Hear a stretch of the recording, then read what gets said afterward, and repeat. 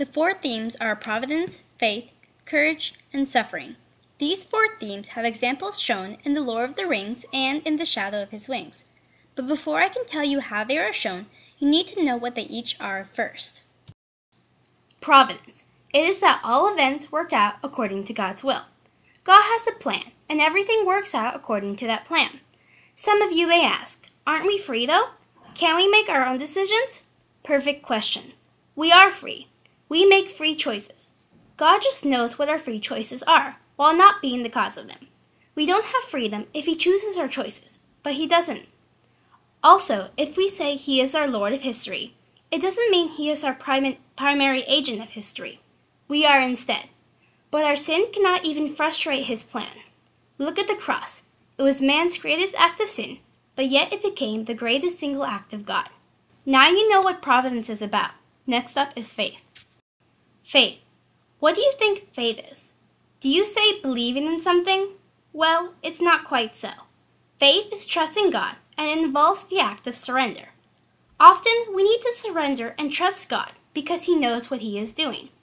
Abraham had great faith. Abraham surrendered and trusted God. He did this with his son. He was willing to give him up to God, and he trusted Him. Having faith leads you to courage. Courage. It isn't the absence of fear. It is the fear that has said its prayers. We are usually afraid when faced with an unavoidable evil. The more centered we are on our own will, the more fear we have. We are attached to results.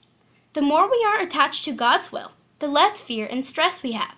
If we trust in God, the less fear we have because we are less attached to the results and our own will. Faith enables genuine courage. Faith and hope drive out fear and stress. Having faith leads to courage. Suffering. To understand suffering, we have to understand what evil is first. There are two types of evil, physical and moral evil. Moral evil is what is the result of a free choice. If someone were to throw a rock at you and make you bleed, it is a moral evil. They choose to commit the act. But if it is not the result of a free choice, it is a physical evil.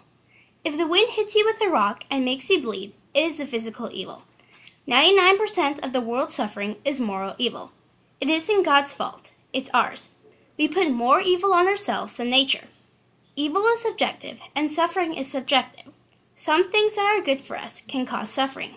Suffering is a gap between what we want and, as we get older, what we choose. The root of suffering is a lack of conformity to God's will. The stronger our will is, the more we suffer. The only answer to suffering is Christ's answer to the cross. We have to embrace it like Christ did.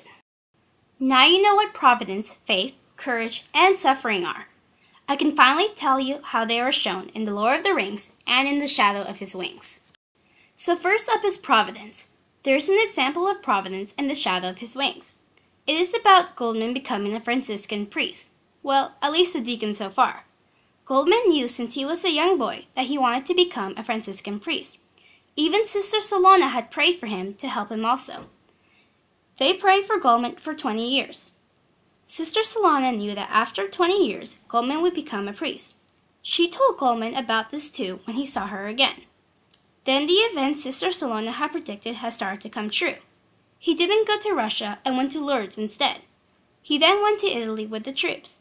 Later, he even became a deacon.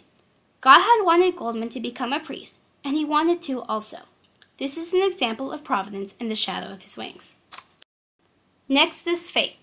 There is an example of faith also in The Shadow of His Wings, and it relates to the example of providence. Sister Solana had faith in God. She had faith that He would make Goldman a priest. She trusted Him and surrendered her will. She and the other sisters kept praying every day for 20 years. Then the event she believed would occur did actually happen. She had faith in God, that God would make her prayers come true. This is not an example of only providence, but also of faith. The next example is of courage in the Two Towers.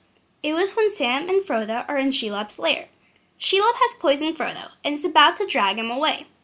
Then Sam attacks Shelob and tries to save Frodo. Sam wasn't fearless at that moment. He was afraid. But Sam attacked Shelob and did what he could to rescue his friend. Sam knew he had to save his friend. He loved Frodo, and he knew their quest wasn't over yet. Last but not least is suffering. There is an example of suffering in The Return of the King. Faramir was suffering from a moral evil. He was suffering from the Black Dread. He had been shot by an arrow from the Nazgul, which resulted with the Black Dread. The Nazgul chose to attack and had injured Faramir. He was then burning with fever. This is an example of moral evil. There is also an example of a physical evil from the shadow of his wings. It was the death of Goldman's mother. She had died, and her death wasn't the result of free choice by someone. Her family had suffered from the loss. These are examples of suffering in the novels. The four themes are providence, faith, courage, and suffering. Examples of these can be found all over the Lord of the Rings and the shadow of his wings. Suffering in God's providence is when we truly develop our faith and perfect our courage.